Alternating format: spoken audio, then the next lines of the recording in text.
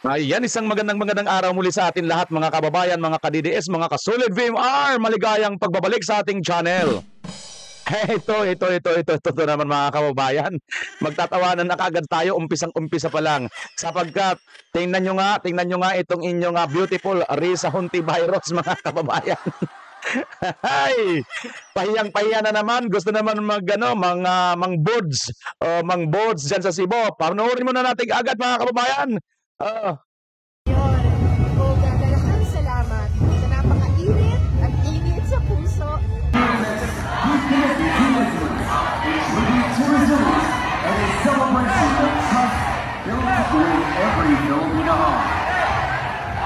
every wave, your text echoes your promise of sustainability. Maraming salamat sa napakainit at init sa puso.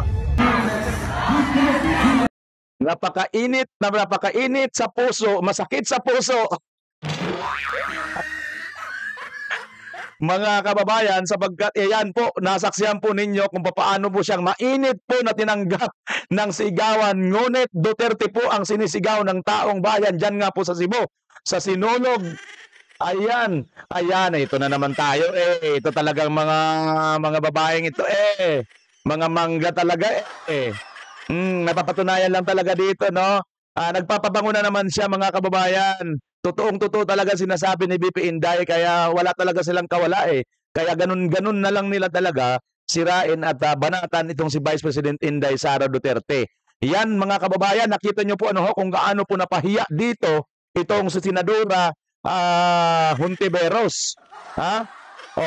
Para patunayan pa po natin yung mga video na yan, mayroon pa po tayo rito inihanda sa inyo na mga another na mga video. Panoorin nyo po mga kababayan kung gaano po ito kamangga, hinog na po ito sa pagiging mangga. Yan, panoorin nyo muna itong isang video na ito. Karugtong ng video kung bakit ko nasabing maimpluwensya pa rin bilang endorser ang isang Rodrigo Duterte. Makikita nyo naman sa video na si Risa Hontiveros ay nagpa-endorso kung babalikan dalawang sunod na itong natatalo sa halalan. Kaya tumakbo ng Davao at nagmakaawa, gaya ng mga Marcos. Kaya ang resulta panalo at ngayon putak ng putak na sa Senado na parang inahing manok na di makapangitlog. Ngayon putak na ng putak sa Senado na pa inahing hindi makapangitlog ayon dito sa narrator, mga kababayan. Galing, ang cute. Putak na ng putak dito sa Senado na parang manok na hindi makapangitlog. Totoo nga naman 'di ba yung manok pag mangingitlog pa lang, putak ng putak yan, 'di ba? Ganon. Pagkatapos mga kababayan, pag nakapangitlog na, ganon pa rin, puputs pa rin yan. Nangitlog na siya, nanalo na siya, di ba? Dahil po sa panggagamit niya sa mga Duterte. Na yun po ang sinasabi pa rin ni BP Inday Sara, mga kababayan, di ba? Yung isang video na matatandaan ninyo itong video na to. Ito, panoorin po ninyo itong video na to. Ugali ni Senator Risa Hontiveros, and I do not appreciate, ano yung sinabi niya? I do not appreciate this kind of behavior and attitude. Madam Chair, noong 2016, tumatakbo si Senator Risa Hontiveros na senator, nakailang talo na siya. So, Dalawa, Madam Chair. okay, dalawa. Natatakot siya sa pangatlong talo niya, kaya Parang tugmang-tugma ito dito mga kababayan, kay putak ng putak. Pakinggan nga natin ulit ito. Di ba? Kinonfirm niya rin Pakinggan nyo nga ulit. Ito yun, sinasabi ni Bibinday. Ito ay karugtong ng video kung bakit ko nasabing maimpluwensya pa rin bilang endorser ang isang Rodrigo Duterte. Makikita nyo naman sa video na si Risa Hontiveros ay nagpa-endorso kung babalikan dalawang sunod na itong natatalo sa halalan. Kaya tumakbo ng Davao at nagmakaawa, gaya ng mga Marcos. Kaya ang resulta panalo at ngayon putak ng putak na sa Senado na parang inahing manok na di makapangitlog. Ito mga kababayan noong umpisa pa lang pala 2016, alam na nila na napakalakas pala nitong mga Duterte. Di ba 2016 binabanggit ni BP Inday, 2 beses na siyang natatalo, kaya siya tumakbo sa Davao dahil nandoon ang panalo niya. At presto nanalo nga siya mga kababayan, di ba? Nanalo nga siya. noong 2016, tumatakbo si Senator Risa Hontiveros na senator, nakailang talo na siya. So, Dalawa, Madam Chair. okay, dalawa. Okay, dalawa, di ba? Isipin nyo, 2016, tumakbo ito si Risa Hontiveros. Mayroon po siyang bit-bit na record na 2 beses siyang natatalo. Saan siya kakampi noon, mga kababayan, nung natatalo siya? Dilawan. Sa mga Dilawan po yan noon, kung yung matatandaan. Ngayon, nang nakita niya itong Rodrigo Roa Duterte, napakasikat. Noon pa lang po, mga kababayan, sikat na talaga. Ramdam niya na ito na ang panibagong maghahari pagdating po sa mga pagmamahal ng taong bayan. Sapagkat maganda naman kasi ang record. Kaya, ayun na, magluluhod na katulad ni Super Ate. Mamaya, mayroon din tayo video kay Super Ate. Natatakot siya sa pangatlong talo niya, kaya pumunta siya sa Davao. Humingi siya ng tulong. Tinulungan siya ng isang kagawad ng Davao na ngayon hindi na siya sinusuportahan. Humingi siya ng tulong sa akin, thinking na hindi mananalo si President Rodrigo Duterte. Ang kapal ng mukha, mga kababayan, ano? Isipin mo, siya, thinking pala dito pa lang na nagpa-endorso siya dito kay Tatay Digong. Ha? Si Tatay Digong, mga kababayan, may isa pong video ito na reaksyon na natin noon na itinaas pang kanyang kamay at binanggit pa rin sa Hontiveros. Tapos pala, ang thinking pala niya dito, hindi mananalo si Pangulong Duterte that time. Mayroon talagang ano to, no? Iba talaga, may masamang ano talaga pala ito noon, may masamang pangitain na pala talaga. Kinausap niya ako ng kinausap doon sa law office ko sa Davao City. Sabi ko sa kanya, o sige, tutulungan kita. Chinika niya ako ng chinika. Tapos umalis siya. Siyempre, hindi naman siya tumutulong kay Pangulong Duterte. Hindi din totoo yung sinabi ko na tutulungan kita. Tinext niya ako. Pwede ba akong mag-follow up sa hinihingi kong tulong sa boto dyan sa Davao City? So sabi ko sa kanya, okay, sige. So, tinawagan ko at sinabihan ko at pinakiusapan ko ng pinakiusapan si former Congressman Milen Garcia. Sabi ko sa kanya, Kong, tulungan mo ito. Bigyan mo na lang ng ilang barangay mo at ilang mga leaders mo. Ayaw pa siya tulungan ni former Congressman Milen Garcia. Pinakiusapan ko ulit, Kong, please tulungan mo na lang. Nanalo na siya at nung nanalo siya, anong ginawa niya? Siya ang pinakaunang umatake kay President Rodrigo Duterte. Anong tawag sa ugaling ganito? Madam. Ayan ha, Madam Chair. Salamat kayo, Madam Chair. Salamat kayo, Mr. Chair. Oo, nakapambudol ako sa Davao, Mr. Chair. Salamat kayo.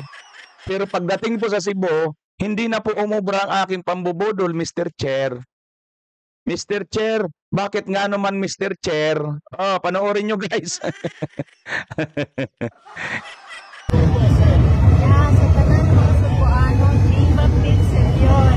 O gagalakan salamat sa napakainit at init sa puso na welcome sa A few moments later. Risa Hontiveros.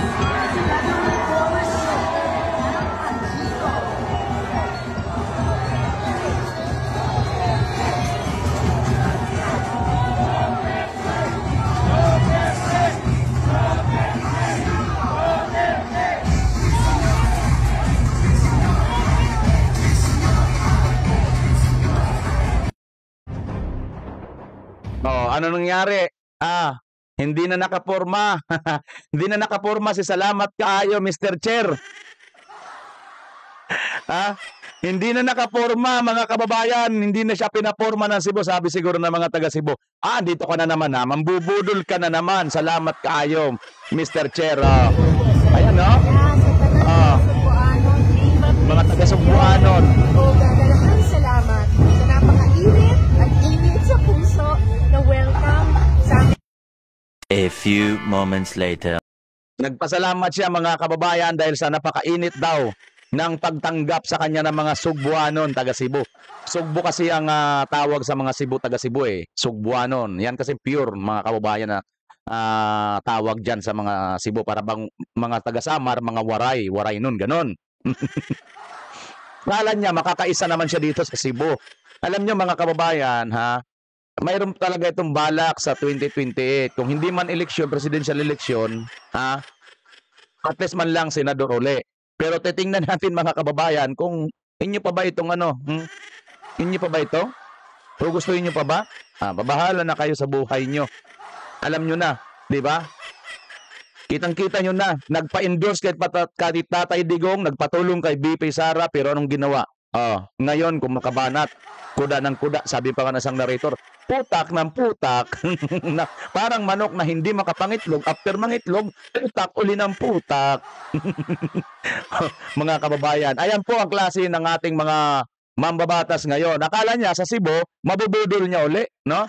Akala niya ng mga taga Cebu, magpapabudol sa kanya. Pues, ito ang sayo. Panoorin mo. No. Risa Hontivero.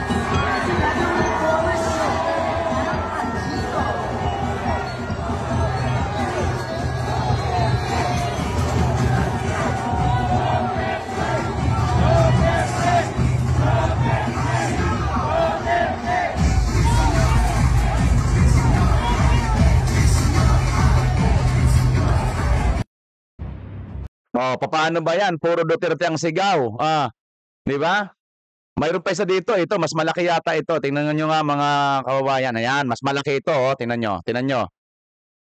O gagalakan salamat sa napakainit at init sa puso. And a celebration of trust built with every Filipino home.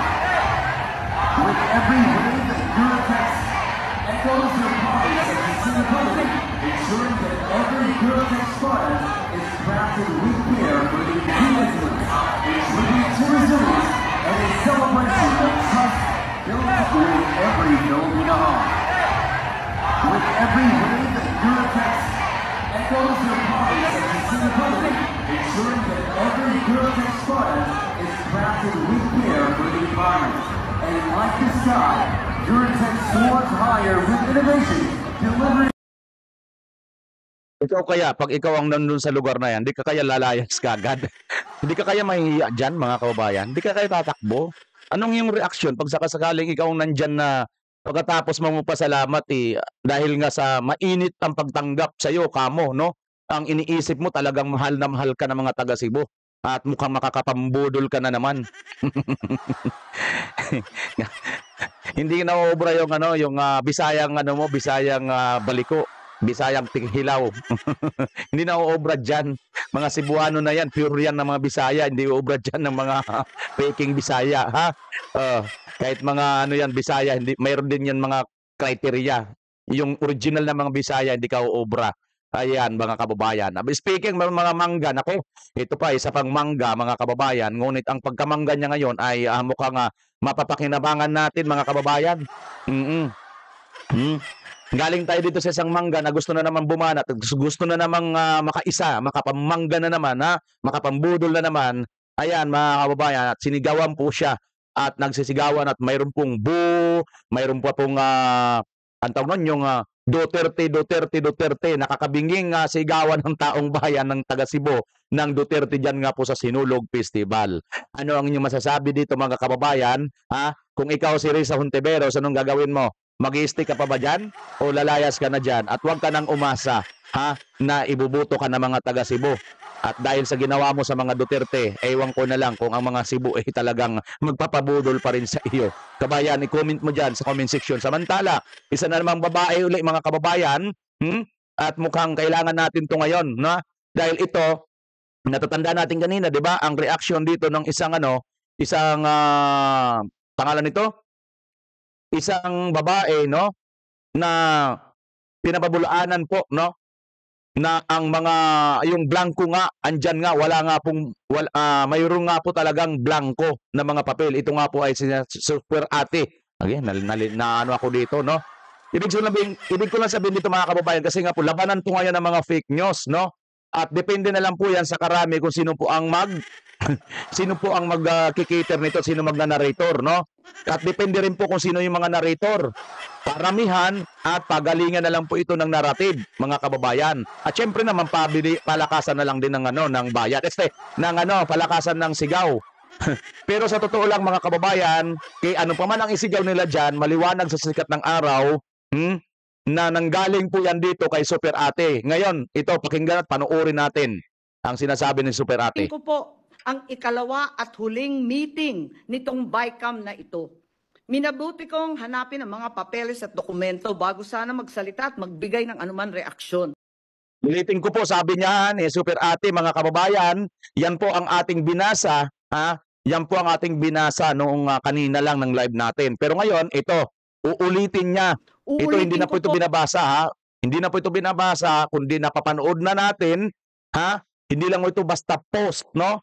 Sasabihin nyo na naman, PK yan, AI yan, o ayan. Sabihin nyo na kung AI yan. Bahala na kayo sa buhay ninyo. Ang ikalawa at huling meeting nitong BICAM na ito. Minabuti kong hanapin ang mga papeles at dokumento bago sana magsalita at magbigay ng anuman reaksyon. Ngunit sa kasamaang palad, hanggang ngayon lahat kami ay nangangapa sa dilim. Walang mga detalye o paliwanag, ni walang konkretong numero. Ngunit hanggang ngayon sa kasamaang palad, sa kabutihang palad, pinagtatanggol ito ng mga alipuros ng lalo na itong mga balagir niya na sinasabi daw si Tatay Digong daw ang fake news. Super Ate, ano masasabi mo dyan? Fake news daw yon? Itong sinasabi mo na to, fake news ba yan, Super Ate? Pakisagot. Ang tanging hawak ko ay ilang datos ng DSWD na tila nilapastangan, sabay ang PhilHealth, sabay na rin ang DepEd. Kaya't sa kabila ng pagnanais kong makisama, hindi ako pumipirma sa kahit anong papel hinggil sa BICAM report na yan. At nagsusulong magbawas ng pera sa mga lehitimong proyekto para lamang ipasok ang akap, lakihan ng labis-labis ang MAIP, at pagpiestahan ang DPWH. Paano naman ako pipirma sa blankot kulang-kulang na papel? Ayan ha, hindi po natin gawa-gawa yan. Anong inyong masasabi dyan? Paano na naman po pupirma si Super Ate sa blanco at kulang-kulang na papel? Kung pumirma ka dyan, isa ka rin kulang-kulang. Hindi. Joke lang yon. Pero, the fact, ang katotohanan ay mananatili, mga kababayan. Mayroon pong blanco na pinapirmahan po dyan sa BICAM na hindi po pinirmahan ni Super Ate, na yun yung nilabas ni Tatay Digong, na yun din naman ang sinasabi nilang fake news daw. Mga kababayan, kayo na rin po ang humusga dyan, ha? Nabanggit na rin lang yung akap. Mayroon ako ditong video tungkol dyan sa akap na yan, Nasaan na ba yun, ha?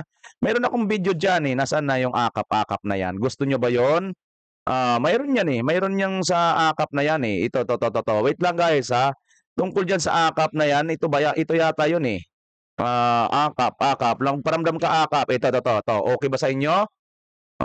Tingnan natin kung okay sa inyo yan. Nasa na yun?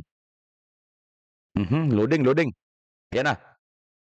Yung mga beneficiaries ng AKAP o 5,000 pesos cash may bibigay natin ngayon dito sa yung lahat. Okay ba sa'yo?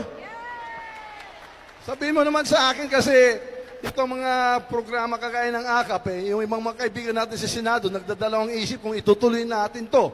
Habang ginagawa natin yung budget, gusto malaman ko, maging saksi ko, kung okay ba sa yung AKAP? Okay ba sa'yo?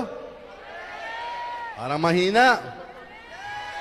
Kayo po dyan sa taas, yung 5,000 na AKAP, gusto mo ituloy itong programa na to? Ayan, para sasabihin ko sa mga kaibigan ko sa Senado na tigilan na ninyo yung pagka-tapyas-tapyas ng budget ng AKAP kasi malaking tulong talaga sa taong bayan at napaka-popular kay talagang kagayat ng mga panahon, handang-handa na kami. Grabe, ano? Ayan, mga kababayan, akap. Sasabihin ko doon sa aking mga kaibigan sa Senado.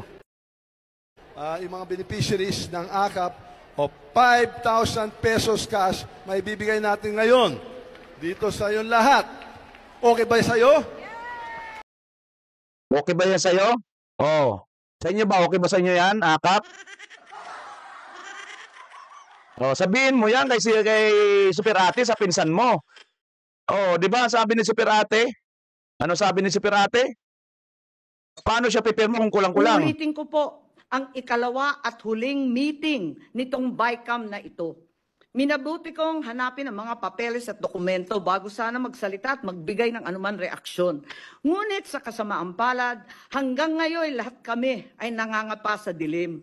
Walang mga detalye o paliwanag, ni walang konkretong numero. Ang tanging hawak ko ay ilang datos ng DSWD na tila nilapastangan, sabay ang PhilHealth, sabay na rin ang DepEd. Kaya't sa kabila ng pagnanais kong makisama, hindi ako pumipirma sa kahit anong papel hinggil sa BICAM report na yan.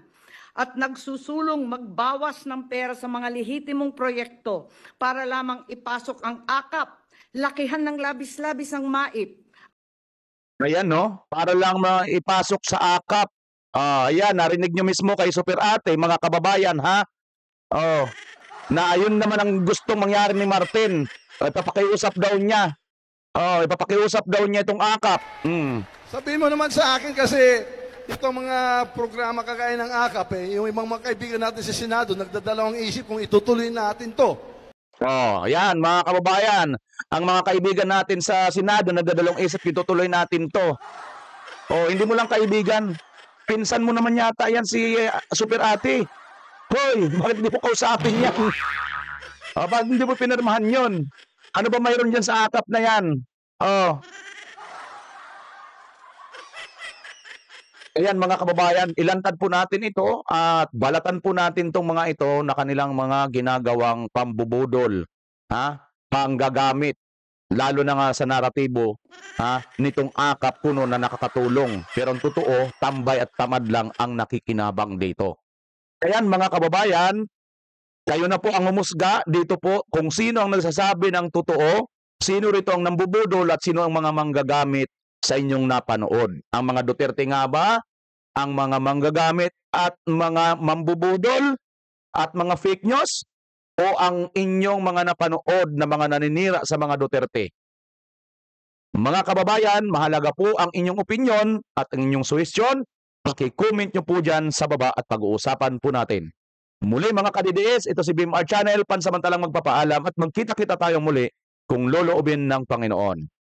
Kabayan, ka-DDS, kung hindi ka pa nakapag-subscribe, ano pang hinintay mo? Mag-subscribe ka na para lagi kang updated sa lahat ng aking mga upload. Maraming salamat. Pilipinas as always, God first. Bye-bye!